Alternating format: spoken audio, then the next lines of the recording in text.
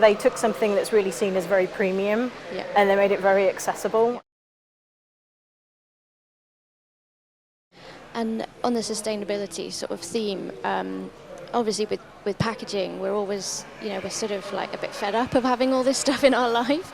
And I wondered if you saw like an intent to make something so beautiful or so useful that you actually might want to keep it.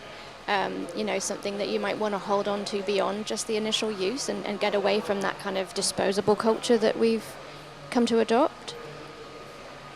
Yeah, I think definitely saw some, it's interesting, a little bit of virtue signalling. There were some brands that kind of were sheep in wolves clothing that they would, or wolves in sheep's clothing, whichever way around it is, where they were exuding what you would think was recyclable, but at the end of the day it was just a coating, a veneer that sat on top, to some really innovative, some designs that didn't make it because the technology wasn't quite right yet.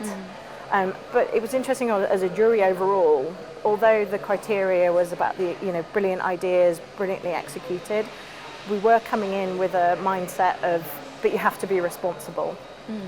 So even though not necessarily one of the criteria, we were all looking at things of saying, look at the additional paper, look at the additional pieces, look to see what isn't recyclable.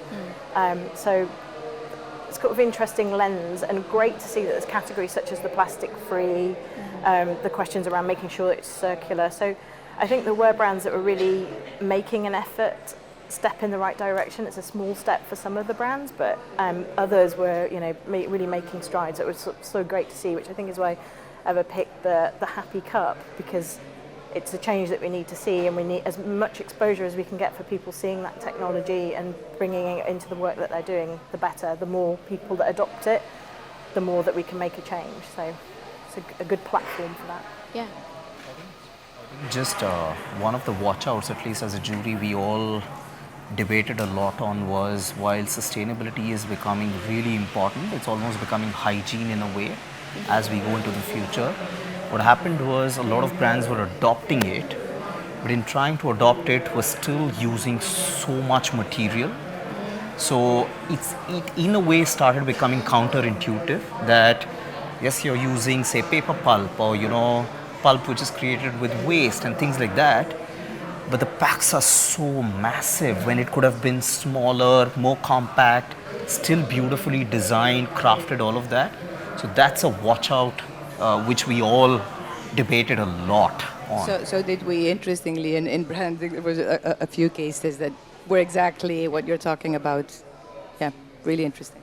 Do you have some examples from the branding of how that intention got lost? Well, it's counterintuitive. Is the mic on? Yeah. It's counterintuitive in the sense that not in sustainability if you're trying to get a message across, but using that thing. So say I'm saying let's get rid of cups, but I'm using cups, even if they're recyclable, millions of them to get my point across. Maybe it's not as effective. So there were one particular case which was it was beautiful, and it created a lot of debate because it ticked the boxes except on that point, which I think is a really, really important one. Was there anything else that you disagreed on or you found lacking in this category? Is there something that you really wanted to see but didn't come through? Something you were expecting? I wanted to see the work in every single other category across the spectrum. No, I think in packaging at least, one of the things which we again spoke about post the jury was, is it just sustainable or is it more responsible as a category, which also has inclusivity at the heart of it, right? Because sustainability is one aspect of it, but just being accessible and inclusive is a very, very important driver as we go into the future. And unfortunately, there wasn't anything sparking into that, realm yet. But yeah, it's something that designers and creatives should start thinking, and companies as well. Was there any evidence of these brands trying to reach a new person? Is that what you were missing? This kind of, a person who's never engaged with this product before. Obviously, I guess with Relate, it was trying to reach a new age category. So I guess that's one act of being more inclusive. But did you kind of see any of these entries really go out of their usual target consumer? I think for me the Gras oil, I swear I don't have shares in the company, but I think for me that they took something that's really seen as very premium and they made it very accessible, and I think that's something that was interesting to see. We moved some categories around where it was seen as in the luxury category. There was another oil that was just in the regular FMCG, but it was done with such a premium vibe that we did move that. So for us as well, I think it's hard when you're doing the entries. Do I have it in the right category?